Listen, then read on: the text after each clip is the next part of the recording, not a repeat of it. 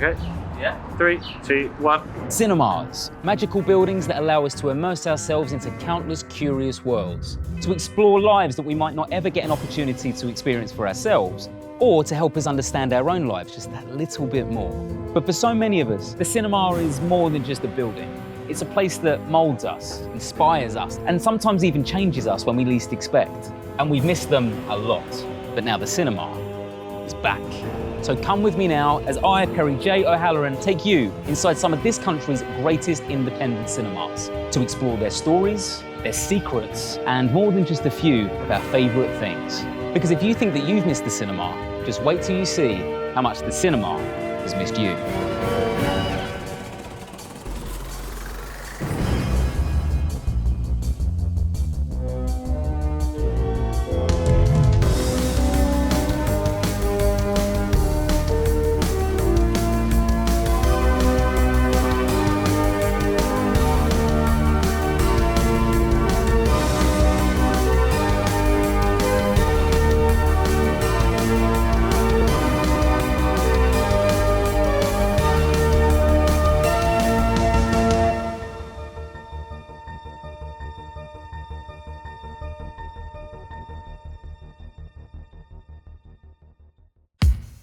Now, let's take a wander up Mile End Road to a place where legends were born.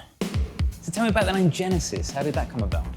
It's quite funny because people think I was a big Genesis band fan, Phil Collins fan. And I saw that most successful companies were one word, Nike, Virgin, you know. So I thought, okay, Apple. And then I thought, well, we need one word and it's got to be something that means something to us. So we were thinking of, Rebirth. We were the first cinema in the east of London, to open up in Tower Hamlets. So that worked for us. And also I'm a massive Trekkie.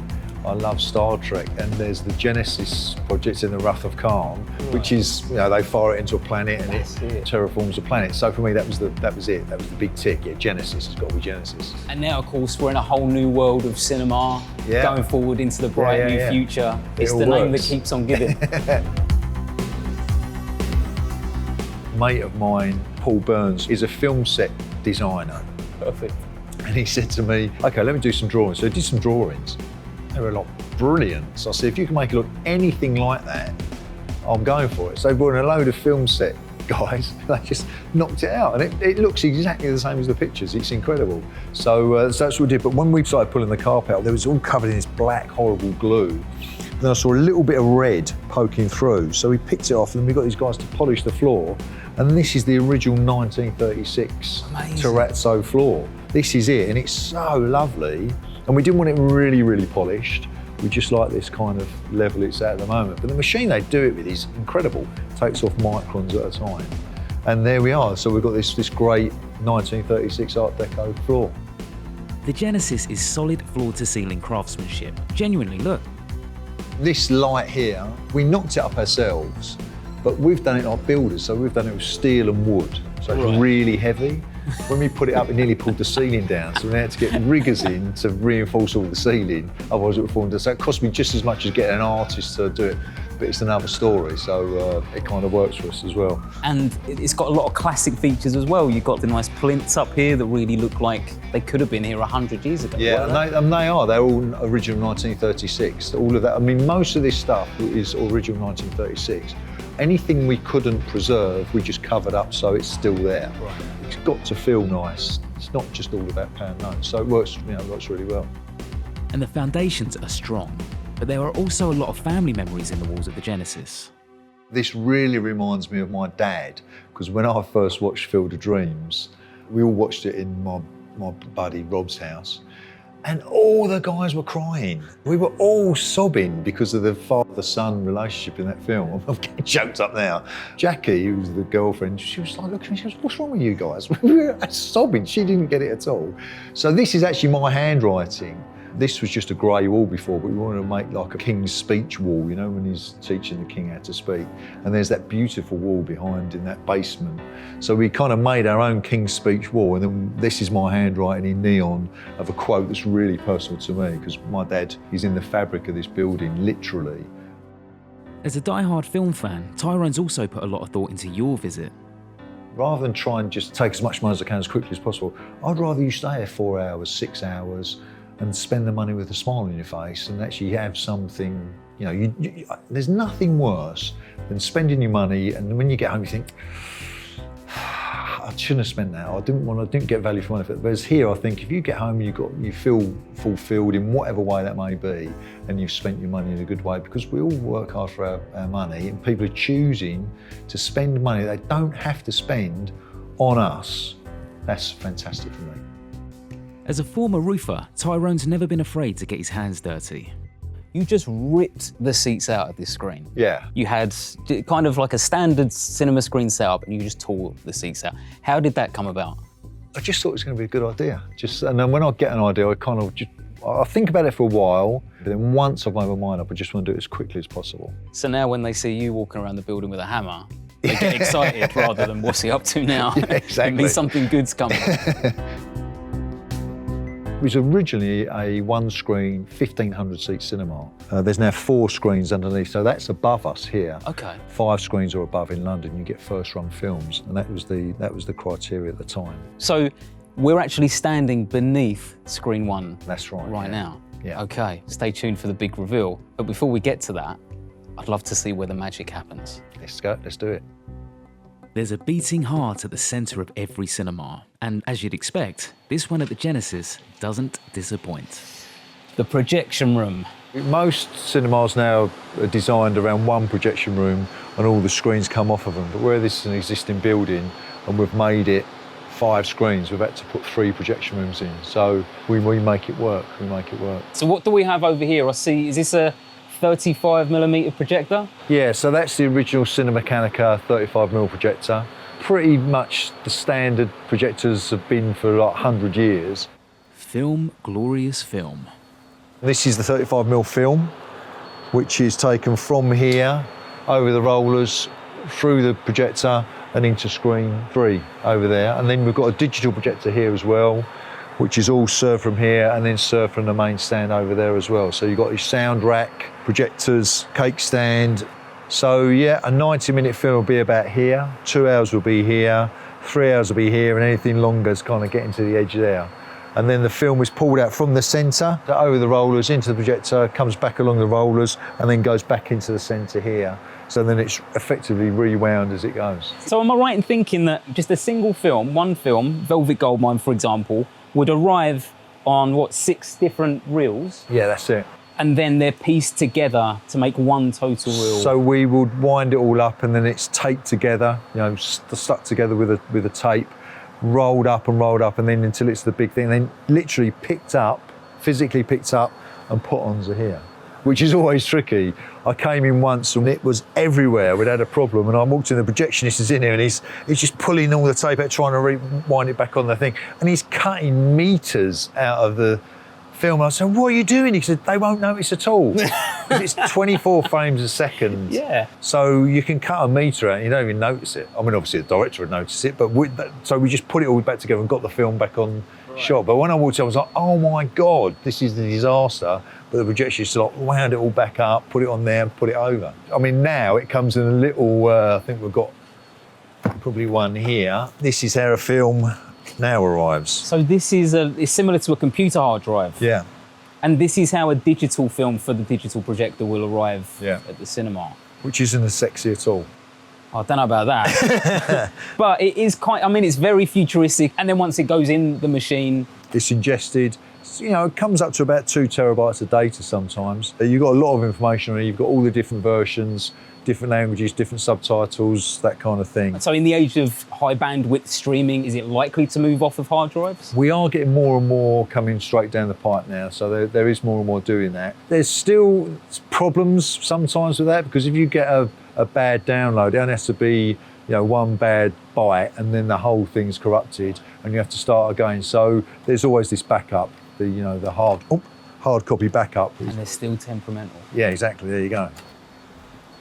One of the last modern films we showed, Once Upon a Time in Hollywood, and we showed it 35mm, obviously Tarantino's big film fan, and we had a problem. A fuse went in a fan on the roof, which then shut down a fan in the projection room in screen 1, which then overheated the projector, so it jammed the film in the projector, 35mm, and burnt through the film. So people watching on screen, all of a sudden, like, this film burnt, and they all thought it was part of the film. It's Tarantino. It's Tarantino, exactly. There's a big twist coming, it means something. Oh my God. So we rushed up and we saw it and we set it all up again and started playing it again, but then it did the same thing again. We went into the screen, explained what had happened, and we had to finish it on digital, but it was getting really hot in there. So the guys took like one of these air conditioning units up and a fan blowing the cold air onto the projector, and we thought, what a disaster, we're going to get terrible feedback on social media. And it was really positive. People going, we had a great experience. I think we ended up on the Mark Commode show as well. So we had a great experience at Genesis Cinema, watched the first half of the film in 35mm, watched the 35mm experience of the film burning, and then saw the last half in digital, so we compare the two. Yeah. We're like, oh my God, that was really lucky we got away with that. Tarantino himself, I think, would have been proud. If I ever see him for a beer, I'll have that conversation with him. There it is. So we've got 35mm and digital projection literally sitting side by side with one another in the same room. You've got one that's trying to forge its way into the future, and then the other one who's still the rebellious older brother that just refuses to give in. And I, for one, am grateful that it hasn't. Right, all this professionalism's making me thirsty. Let's see where he's hiding the gin. Okay, well, it wasn't enough that Tyrone just showed me the bar. He decided to get behind the bar. So what's going on here, Tyrone? It looks like you've got a lot of unique cocktails. Yeah, this is one of my favourite places in the building, obviously. I always wanted the bar to be somewhere that you wanted to come to as a good bar, rather than just a cinema bar or a bar in a cinema. So this has got its own feel, its own identity, and it's top quality cocktails. So we've had some good nights in here. I can imagine. So on this side, there's something for everyone, but also on that side of the bar, there's something for everyone most as well. definitely, yeah. Come on, let's go to screen 1. I need to see screen 1. That's only fair. Cocktails can wait until we've seen what we've all come here to see. So here we are, screen 1. So this is screen 1 of the Genesis Cinema. It's taking my breath away a little bit, because for an independent cinema, this looks like a few more seats than you might usually see. Yeah, so this is 600 seats. I think it's still one of the biggest screens in London, capacity-wise. General consensus is now you shouldn't have anything more than 250, 300 seats. And I was told a number of times when I was doing this that we should divide this up into 4 screens, but I couldn't do it because the 2 seats behind you is where my mum and dad used to sit when they did their courting in the 60s, so just up the top. And my dad used to say, he used to come here with my mum, and that's kind of how I got my name. I didn't realise at the time, but the first time I brought my dad in here, he said, oh yeah, that's where me and your mum used to sit. So I said, what? He said, yeah, me and your mum used to sit there. She used to take her shoes off every night. She rolled down the front of the screen. She was a pain in the backside. I said, you and mum came here? He goes, yeah, we did all our courting here in the 60s. He goes, that's why you're called Tyrone, after Tyrone Power, or rather Spencer after Spencer Tracy. And we end up back in the cinema where they did all their dating in the 60s. Unbelievable. So, which I didn't know. I didn't know any of that. I just was driving forward with this plan I had. I'm like, what? It's like a massive part of my being. Just looking at the architecture of this room, you don't see rooms like this anymore. Is this original? Yeah, so this is all original 1936, all the Art Deco ceilings and everything else. We pulled the screen forward a little bit, and we had to alter the angle of the projector slightly so we could get a bigger image on screen, because obviously everything's widescreen now. But there was, you can see, we kept the ceiling rosy, but you can see there's a massive ceiling rose. There was a big chandelier. But of course, that's right in the way of the projector. Now, the way we did it, I mean, why would you put a chandelier in the middle of a cinema room? I don't know. But everything else is pretty much as it was. But it wasn't all smooth sailing from the start. Tyrone faced some resistance in a meeting where he was trying to snap up a different building altogether. One of the planners came outside and said to me, really embarrassed and sorry about what went on in there. He said, I voted for you. He said, there is actually another site up the road, why don't you have a look at that? So I got the keys, like one key for one padlock to open the doors to this place that had been shut for 10 years. It was all hoarding outside of me. It was a terrible state. Walked in, pigeon poo everywhere. There'd been rave parties in here, there was fires, there was a big sign and an arrow spray painted on the wall pointing into the toilet saying drugs this way. But then I walked into screen 1, this screen we're in now, and I saw this room and thought, oh yeah, this has got to be a cinema again. It's got to be brought back to life. That was it for me. The ritual of going into a cinema and everything that comes with it, it definitely sort of hits home more for some people than it does for others. Can you remember what it was about the whole cinema experience that made you feel that it was more than just a socialising activity? What I really enjoyed doing was watching a film, and then I'd want all my mates to watch this film, but I'd want to watch it with them. And whether it was on a video, whether it was in the cinema, wherever it was, there was that community, that communal experience of watching a film. And I'd end up watching my mates to see. We need a name for it, or for all the bits that you really like and watching. And you kind of watch out the corner. You don't want to do it obviously, but you kind of like, and that's what I really enjoyed more than anything, was recommending a film to someone and then them coming back and saying, oh yeah, that was great, and then talking about, did you like that bit, did you like this bit? And it's really special, I think, because cinema gets films first. It's the first time that they see it, and you're all on the same timeline. Whereas at the moment, if we start to talk about an experience I've had or experience you've had, I don't know what you've seen, you don't know what I've seen, I don't know when you've seen it, do you remember this, do you remember that? That is what it is with cinema. You're all having a joined up experience at the same time. People have said to me, are you worried about cinema moving forward? And I've never been worried about that, because it's a unique experience. You're sitting in a dark room, fully clothed with a load of strangers, and you're all having this wonderful experience. I mean, someone once described the cinema as an acre of seats in a garden of dreams, which is exactly what it is. And you come in here to escape for 2 to 3 hours. And I'm sure you're the same as me. I probably spend more time deciding what I'm going to watch on VOD than I actually spend watching. And it drives me insane. And the amount of times I end up watching a film that I've watched so many times because I know I'm going to enjoy it. Same thing. It's ridiculous. Whereas if I go to a cinema, and we're very lucky, we've got loyal customers who come in here and they trust us. We put on the programme, they know we're going to put on good stuff, and they just come along and watch it. You don't get screens like this anymore. We've kept the original Art Deco ceiling as well. It's just that wow factor of, yeah, I'm in a cinema. It's very formulaic now when you go to different cinemas. A box, wall-to-wall, ceiling-to-floor screens, and you kind of know what you're going to get. But this is, it's the grandeur of Screen One, I think, is what really takes your breath away. Well, it's been an entertainment site for 150 years. It started off as Lusby's Music Hall, then the Paragon Theatre of Varieties, which is where Charlie Chaplin trod the boards, and so did Laurel and Hardy, which is incredible. And Charlie Chaplin was 10 years old, performed here and then went off to Hollywood. And then this building's been here since 1936. So it's seen out the Second World War, and yet still going strong. What has the Genesis got in store for people coming down on their next visit? When the vintage clothing store opened up across the road and we did all our refurbishment, I said to my dad, right, we're going to pull out 100 seats, so I'm going to put in some sofas in here. And he said, what? So I said, I'm going to put, he goes, how many sofas are you going to get back in? I said, 40. So he goes, you're ripping out 100 seats and you're putting in 40, you crazy? I said, no, Dad, it'll be great. There'll be sofas, we're going to charge a bit more for them. He goes, it's East End, son, no one's going to pay any more than you're charging at the moment. So I said, I think it'll work anyway. He moaned every single seat he ripped out. He was like, effing this, ripped them all out and then put it all back in.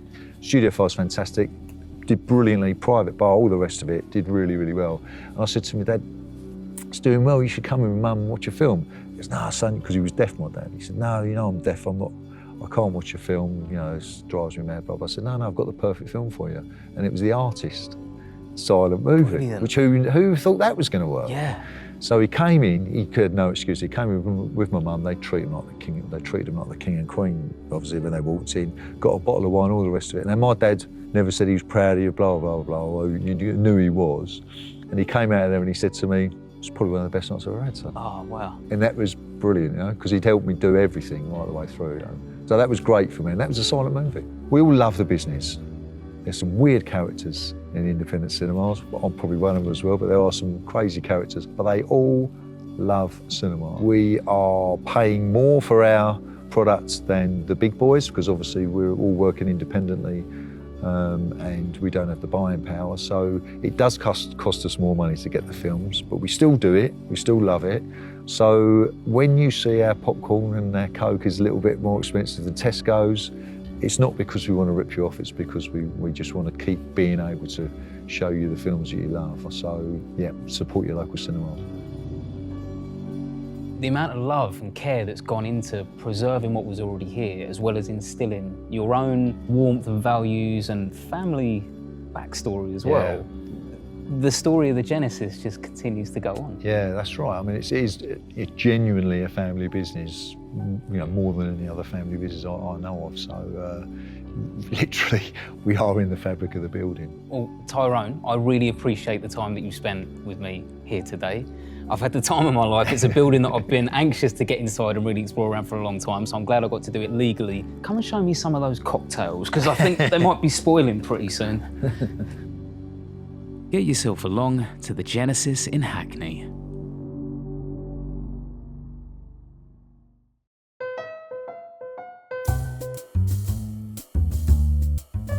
I'm a lecturer at the University of St Andrews. I work on queer German film, and I went to 2 queer films, 2 different countries, 2 different cinemas. The first one, I work on queer films, so I do a lot of this. The first one, I was at a film festival for work. I went to see the premiere of this film, fantastic film called No Hard Feelings, Futur 3 is the German title. I was in Berlin for it. Everything was great. The vibe at the film festival was great. In this film, it's very queer in all sorts of ways, the sexuality of the characters, but also in kind of how playful it is with style and genre and this kind of thing. And there's a lot of sex in it. And every time someone gets their clothes off, or every time there's a sex scene, the man next to me fidgets, tuts, huffs and puffs all the way through. And it's one of these moments that I've had across my cinema-going life, when you just realize who you are as a spectator, that you're coming to this from a specific angle, and you don't necessarily share that angle with everyone around you, that the stuff that you're there to celebrate is the stuff that is making them feel awkward. And that was just such a strange experience of seeing this queer film, feeling like I was surrounded by a straight audience. And literally 3 days later, I was back home and went to the cinema to see Portrait of a Lady on Fire, which was on that week. Just managed to sneak in its release before the pandemic really hit and closed everything down. And my partner and I were joking on the way there that this is, with the bars basically emptying out because people weren't really going out anymore, there are probably going to be more queers in the cinema than there were in the club. Absolute last minute, walk in trying to find a seat and look around and see a bunch of people we know, and clearly Edinburgh's queer, great and good, come out to see Portrait of the Lady on Fire. And it's like a moment when you can kind of breathe more easily about it, and you can find the fun in the elements you want to find fun, and not feel like you're having to check yourself in this kind of straight audience, I guess.